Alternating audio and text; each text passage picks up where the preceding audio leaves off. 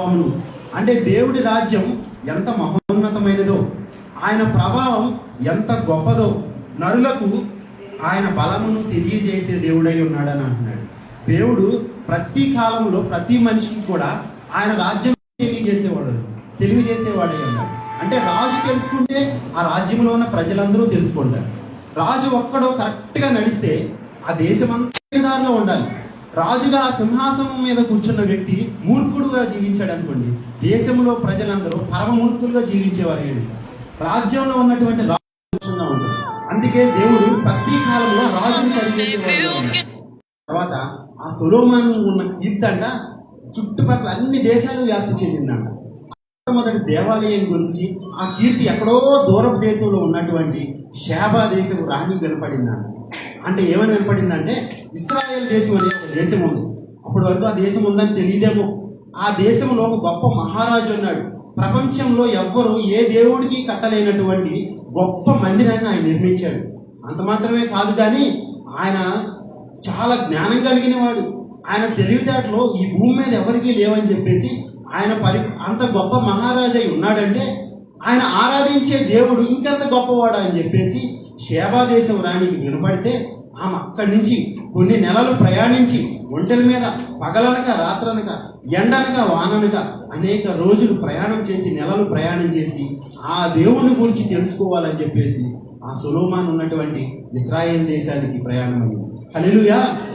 ఆ తల్లి ఎందుకు అంత దూరం అంత శ్రమతో ప్రాణాలకు తెగించి ప్రయాణం చేసిందంటే, సొలొమోను దేవుడు రాజుగా చేసిన తర్వాత సొలొమోను తన దేవుడి గురించి గొప్పతనాన్ని చుట్టుపక్కల ఉన్న అన్ని దేశాలకి తెలియజేశాడు. నా దేవుడు గొప్ప మహిమ ఘనత ప్రభావాలు కలిగిన దేవుడు, ఆయన చాలా ప్రభావం కలిగిన దేవుడు.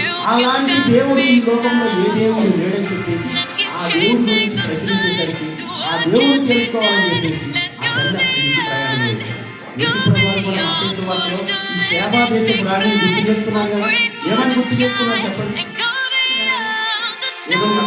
విమర్శ దినమున షేబా దేశం రాణి మీ మీద తీర్పు నేరం మోపిద్దను. విమర్శ దినమున అంటే తీర్పు దినాన షేబా దేశపు రాణి మీ మీద నేరం మోపిద్దంట. ఎవరి మీద? ఆనాటి ఇశ్రాయేల్ మీదే కావచ్చు, ఈనాడు మన మీదే కావచ్చు. ఏమనంటే, మీరు ఆ దేవుడి గురించి తెలుసుకుని కూడా, ఆ దేవుడు ఎంత గొప్ప దేవుడో తెలుసుకుని కూడా ఆ దేవుడి గురించి మాత్రం ఒక్కడికి కూడా తెలియజేయలేకపోయారు. నేను ఎక్కడో దూర దేశంలో ఉన్నాను, ఆ రోజు ప్రయాణించడానికి సదుపాయాలు ఏమీ లేవు. అయినప్పటికీ కూడా నేను ఆ దేవుడి గురించి తెలుసుకోవాలని చెప్పి ప్రాణాలకు తెగించి ఆ దేవుడి దగ్గరికి వస్తే, మీరు ఆ దేవుడి గురించి అంతా తెలిసి కూడా ఆ దేవుడిని దూరమైపోతున్నారని చెప్పేసి తీర్పు దినాన ఆ యొక్క సొలొమోను షేబా దేశం రాణి మన మీద నేరం మోపేస్తారు. మనం ఏం చేయాలి? మన దేవుడి గొప్పతనాన్ని, ఆయన ఉన్నట్టు ప్రభావాన్ని మనం అందరికీ తెలియజేసేవారుగా ఉండాలి. హల్లెలూయా. ఇక్కడ అదే అంటున్నాడు దావీదు మహారాజు గారు, ఆయన రాజ్య మహోన్నత ప్రభావమును ఆయన బలమును నరులకు తెలియజేయుటకై ఆయన నన్ను ఎందుకు నియమించాడంటే, ఈ రాజుగా ఈ సింహాసనం మీద నన్ను ఎందుకు కూర్చోబెట్టాడంటే, ఎవరికి దొరకనటువంటి ఈ యొక్క గొప్ప భాగ్యాన్ని నాకు మాత్రం ఎందుకు దయచేశాడంటే, ఆయన మహోన్నతుడు ఎంత గొప్పవాడో, ఎంత సర్వశక్తిమంతుడో, ఆయన ఎంత బలమైన పరాక్రమశాలో ఈ లోకంలో నా చుట్టూ ఉన్న ప్రజలందరికీ తెలియజేసే వరకు నేను నిద్రపోనని చెప్పేసి ప్రతిరోజు కూడా దావీదు ఆ సభలో, ఆ యొక్క నిండు సభలో సింహాసనం మీద కూర్చున్న తర్వాత దేవుణ్ణి కాసేపు స్తుతించి చుట్టుపక్కల ఉన్న అందరినీ కూడా దేవుణ్ణి స్తుతించేలాగా చేశారు. మనం కూడా మన జీవితం అంతా కూడా ఈ యొక్క చిన్న జీవితంలో మనం సగం జీవితం అయిపోయిన ఈ సగం జీవితంలో ఈ దేవుని గురించి నువ్వు ఏమైతే తెలుసుకున్నావో, దేవుడు నీ జీవితంలో చేసిన ప్రతి కార్యాన్ని కూడా నీకు తెలిసినంత వరకు కూడా ఇతరులకు తెలియజేసి ఆయన యొక్క మహోన్నతమైన ప్రభావాన్ని, బలమును ఇతరులకు తెలియజేసేవారుగా ఉన్నారు. హల్లెలూయా. 12వ వచనం చదువు. నీ భక్తులు నీ రాజ్య ప్రభావమును గురించి చెప్పుకుందురు, నీ శౌర్యమును గురించి పలుకుదురు. భక్తులందరూ కూడా దేవుని గురించి తెలుసుకున్న భక్తులందరూ కూడా ఆయన ప్రభావం గురించి చెప్పుకుంటారంట. ఎందుకు చెప్పుకుంటారంటే, మనం అందరం ఆయన స్తుతిస్తున్నాం, ఆయన ఆరాధిస్తున్నాం. ఆరాధించినందుకు, దేవుడిని స్తుతించినందుకు మన జీవితంలో అనేక గొప్ప కార్యాలు జరుగుతున్నాయి. ఆ కార్యాలన్నింటినీ గురించి కూడా జనాలందరూ కూడా కలిసి చెప్పుకుంటారంట. మనం క్రైస్తవులమైనప్పుడు కూడా ఒకసారి అవిశ్వాసం వచ్చి తొట్టిల్లిపోయేవారిగా ఉంటాం. దేవుడు వాళ్ళకి చేశాడు, నాకు చేయలేదని ఒక నిరీక్షణ లేని విశ్వాసంతో జీవిస్తూ ఉంటారు. అటువంటి వారి దగ్గరికి వెళ్ళి, దేవుడు నా జీవితంలో ఇంత గొప్ప కార్యాన్ని చేశాడు, మీ జీవితంలో కూడా తప్పకుండా ఇంతకంటే గొప్ప కార్యాన్ని చేసే దేవుడై ఉన్నాడని చెప్పేసి ఆయన యొక్క మాటలో అవిశ్వాసంలో వెళ్ళిపోయే వారి చెవుల్లో మనం పెట్టినట్లయితే వారి జీవితంలో కూడా గొప్ప నిరీక్షణ అనేది పుట్టుకొస్తుంది. హల్లెలూయా. 13వ వచనం, నీ రాజ్యము శాశ్వత రాజ్యము, నీ రాజ్య పరిపాలన తరతరములు నిలుచును. యేసుప్రభు వారి రాజ్యం ఎలాంటిది? శాశ్వతమైన రాజ్యం. ఈ లోకంలో భూమి మీద గొప్ప గొప్ప రాజులు ఉన్నారు, ప్రపంచాన్ని పరిపాలించిన గొప్ప పరాక్రమశాలులు ఎంతో మంది ఉన్నారు. కానీ వాళ్ళ రాజ్యాలు కొంతవరకే ఉన్నాయి. కొంతకాలం తర్వాత వారి రాజ్యాలన్నీ కూడా కనుమరుగైపోయింది.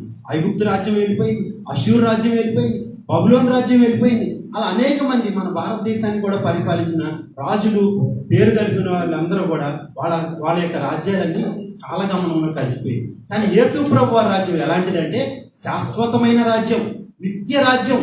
ఆయన ప్రతి కాలంలో కూడా ఆయన రాజ్య ప్రభావం, ఆయన కార్యాలు ప్రతి కాలంలో కూడా జరుగుతూనే ఉంది. ఆయన రాజ్య పరిపాలన తరములు నిల్చున్నాడు. ఆయన పరిపాలన ఈ కాలంలో ఉండేది కాదు, కానీ ప్రతి కాలంలో కూడా ఆయన యొక్క పరిపాలన తరముల్లో కూడా నిలిచే ఉంటుందని చెప్పేసి దావీదు మహారాజు గారు అంటున్నారు. 14వ వచనం, యెహోవా పడిపోవు వారినందరినీ ఉద్ధరించువాడు, కృంగిపోయిన వారినందరినీ లేవనెత్తువాడు. పడిపోయిన వారిని ఉద్ధరించే దేవుడై ఉన్నాడు. కొంతమంది దేవుణ్ణి తెలుసుకున్న తర్వాత కూడా, రక్షణ పొందిన తర్వాత కూడా దేవుణ్ణి విడిచిపెట్టి లోకంలో కలిసిపోయి పడిపోయేవారు అనేక మంది ఉన్నారు.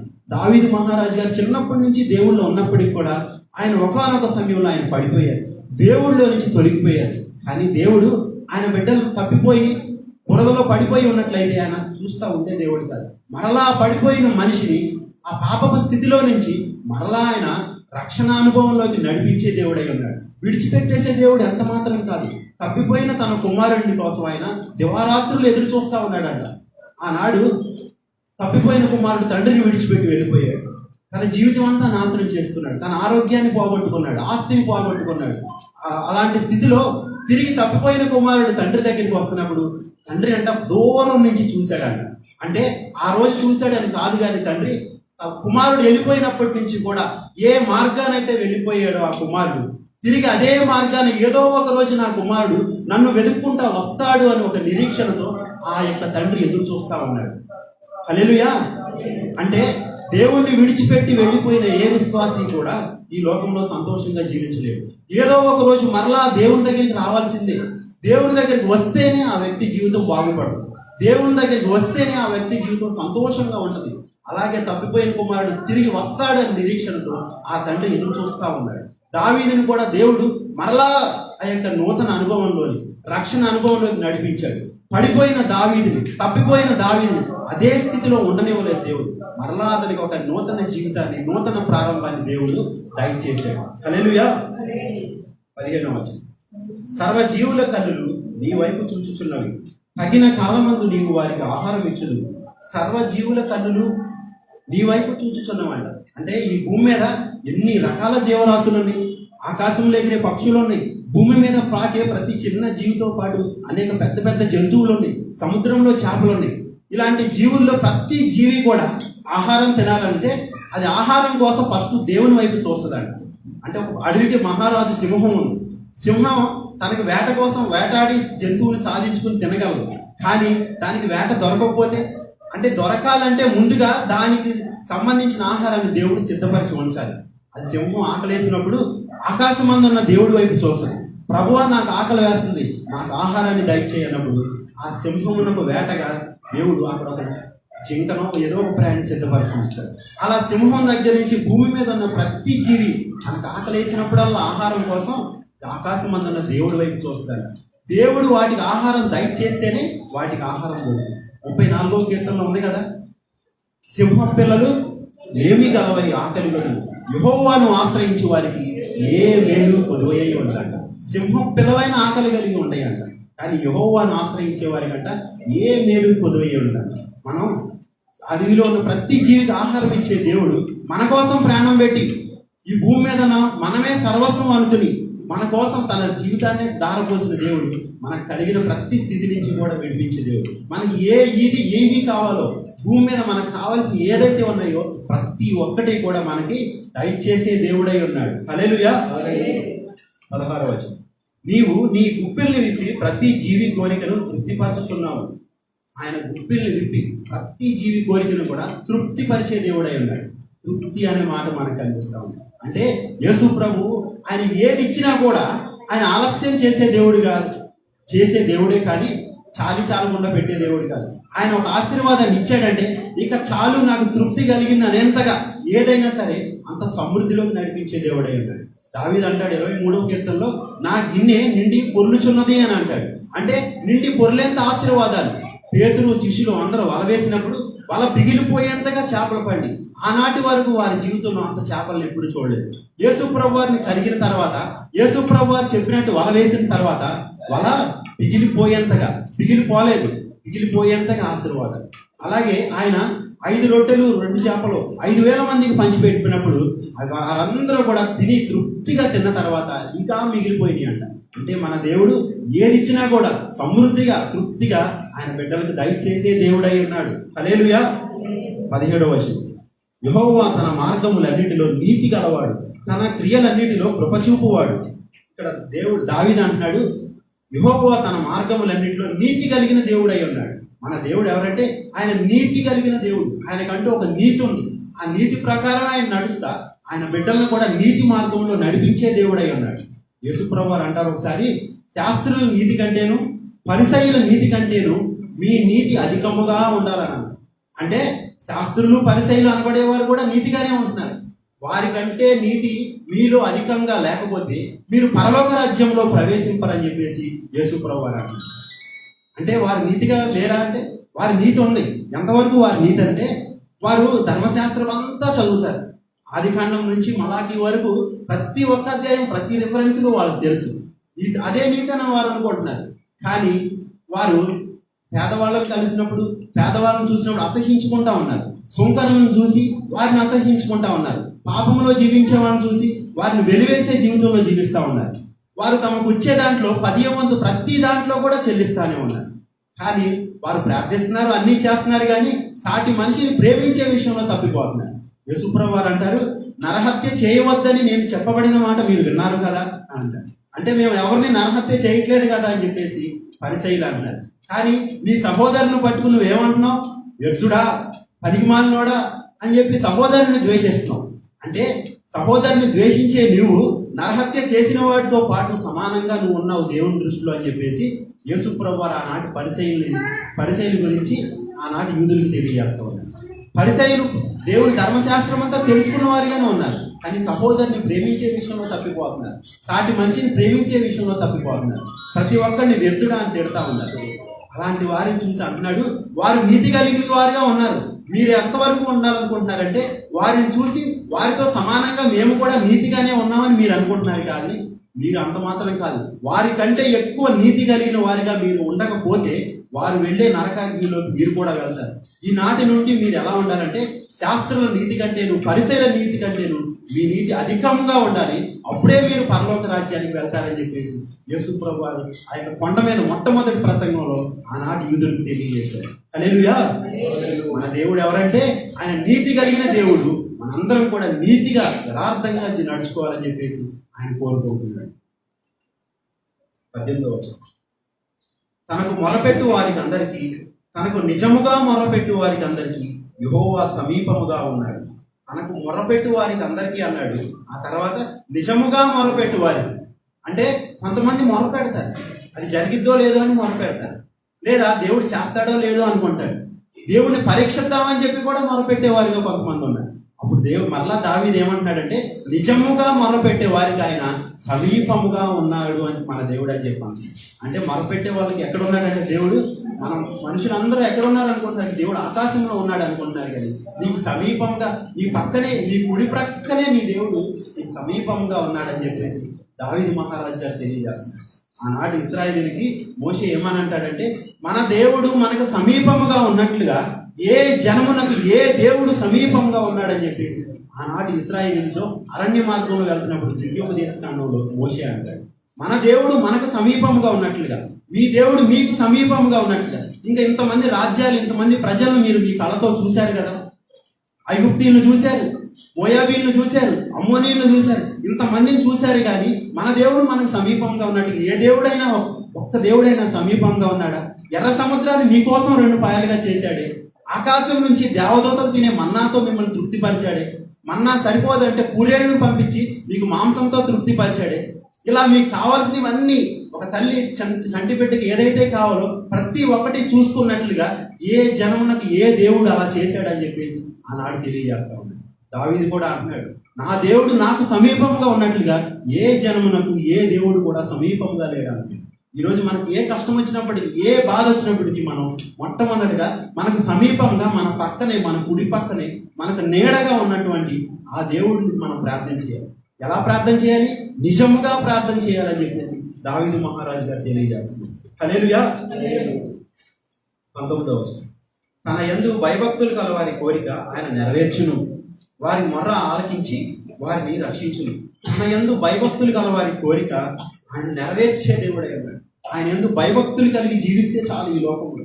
దేవుడు అంటే భయం కలిగి, భక్తి కలిగి ఆయన మార్గంలో నడిస్తే వారందరి కోరిక తప్పకుండా నెరవేర్చే దేవుడై ఉన్నాడు.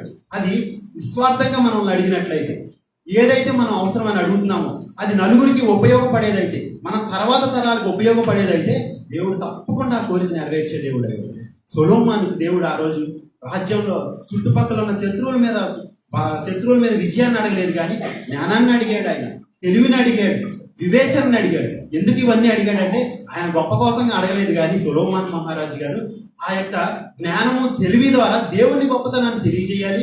అంత మాత్రమే కాదు, కానీ నా చుట్టూ ఉన్న ప్రజలందరినీ కూడా క్షేమంగా, ఏ ఒక్కరూ కూడా బాధపడకుండా మంచిగా పరిపాలించాలని చెప్పేసి నిస్వార్థంగా అడిగాడు. కాబట్టే సొలొమోనుకి ఆ రోజు కోరుకున్నది దేవుడు దయచేశాడు. మనం కూడా యథార్థంగా దేవుణ్ణి అడిగితే, నిస్వార్థంగా దేవుణ్ణి అడిగితే, అది ఏదైనప్పటికీ కూడా దేవుడు దయచేసే దేవుడై ఉన్నాడు. హల్లెలూయా. 20వ వచనం, యెహోవా తను ప్రేమించి వారిని అందరినీ కాపాడును, అయితే భక్తిహీనులందరినీ ఆయన నాశనం చేయు. ఆయన ప్రేమించే వారందరినీ కూడా ఆయన కాపాడే దేవుడై ఉన్నాడు. అపొస్తలుడైన పేతురు యేసు ప్రభు వారిని ఎంతగా ప్రేమించాడంటే ఆయన జీవితం అంతా యేసు ప్రభు వారితోనే నడిచాడు. యేసు ప్రభు వారిని ఎవరన్నా ఒక మాట అంటే ఆయన పట్టుకోలేకపోయాడు, అంతగా ప్రేమించాడు. అంతగా ప్రేమించిన పేతురు భయంతో యేసు ప్రభు ఎవరో తెలియదని వెళ్ళిపోయాడు. అయినప్పటికి కూడా యేసు ప్రభు వారు పేతురుని విడిచిపెట్టలేదు, కానీ నన్ను ప్రేమించే పేతురు అని చెప్పేసి తప్పిపోయిన పేతురుని మరలా వెళ్ళి వెతికి మరలా తిరిగి రక్షించుకున్నాడు. మన దేవుడు ప్రేమించే వారందరినీ కూడా కాపాడే దేవుడై ఉన్నాడు. హల్లెలూయా. 21వ వచనం, శరీరులందరూ ఆయన పరిశుద్ధ నామమును నిత్యము సన్నిధించుదురు గాక. శరీరులందరూ కూడా అంటే భూమి మీద శరీరంతో ఉన్న మనందరం కూడా ఆయన పరిశుద్ధ నామమును నిత్యము సన్నిధించాలి, స్తుతించాలి, ఆయనే వెంబడించాలి.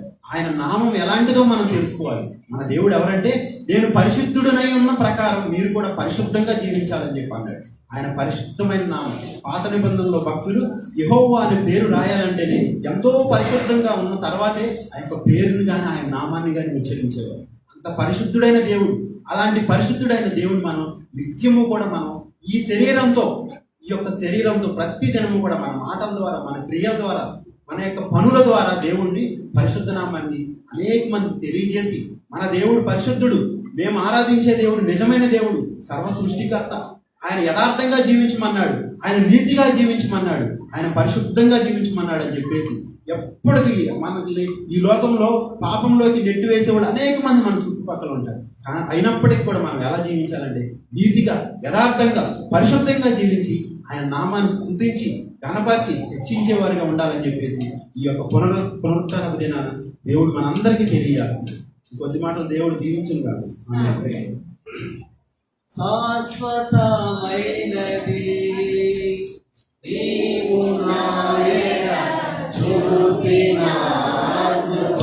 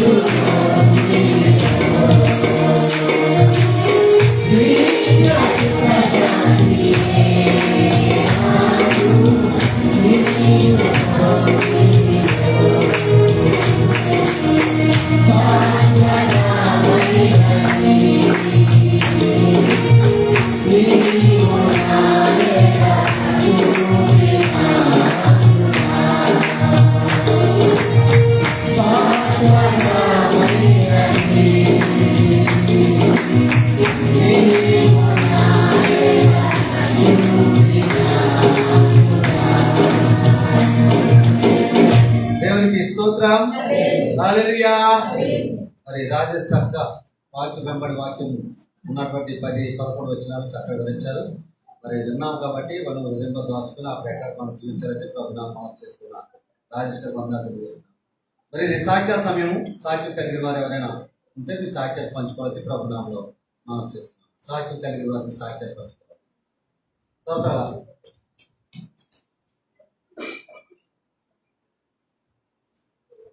తల్లి తన బిడ్డలను మరచిన నేను మరువాలేనంటి.